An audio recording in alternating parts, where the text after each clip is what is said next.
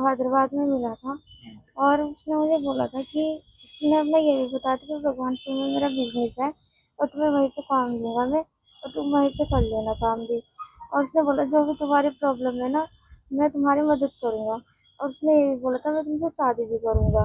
और उसने अपना नाम सोनू कुमार मेरे को बताया था। अब क्या पता चला है आपको? अब मुझे पता चला है कि वो मुसलमान है और अपना नाम उसने मुझे बाबर भी बताया है और उसने मुझसे कलमा भी पढ़वाया गया है और 2 मौलाना को बुला के उन्होंने पढ़वाया था उससे।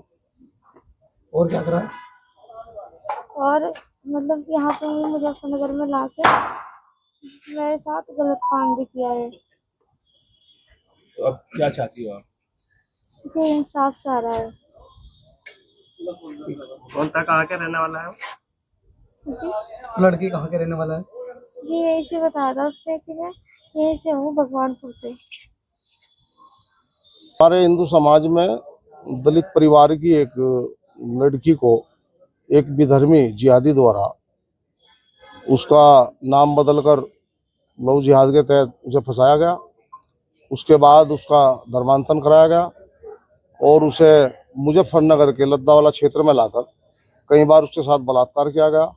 उसकी ऑडियो वीडियो बनाई गई और उसे ब्लैक मारकर उसका शोषण किया गया। और जब उसे असलियत पता चली तो उसे कई तरीके से उसकी प्रताड़ना की गई।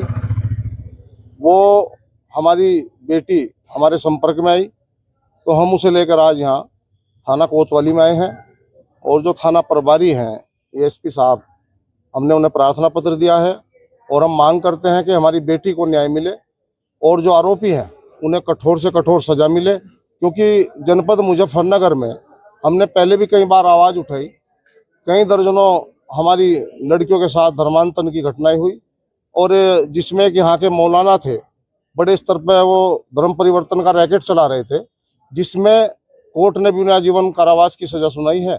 तो इसी तरह का ये प्रकरण कहीं ना कहीं उसकी जड़ें अभी यहाँ फैली हुई है हमारे जनपद में और इसके जो षड्यंत्रकारी हैं उन सब वो चिन्हित हों, कहाँ से इन्हें फंडिंग हो रही है, बड़े स्तर पर विदेशों से फंडिंग की जा रही है, इन सब का खुलासा होना चाहिए।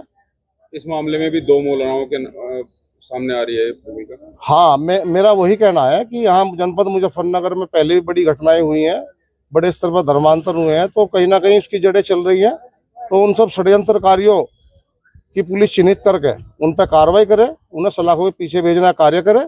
हम अपनी बेटी की लड़ाई को जहाँ तक भी होगा सड़क से और कोर्ट तक लड़ने के लिए तैयार। लड़की ने कलमा भी सुनाया है, क्या कहेंगे, किस तरह उसको एक्सपर्ट किया गया? लड़की को कलमा पढ़ाया गया है, मैंने भी सुना था और मुझे तो लग रहा है कि उसे रात दिन कलमा पढ़ाया गया है और उसने बिल्कुल मुझबानी वो सब चीज़ सुनाई है।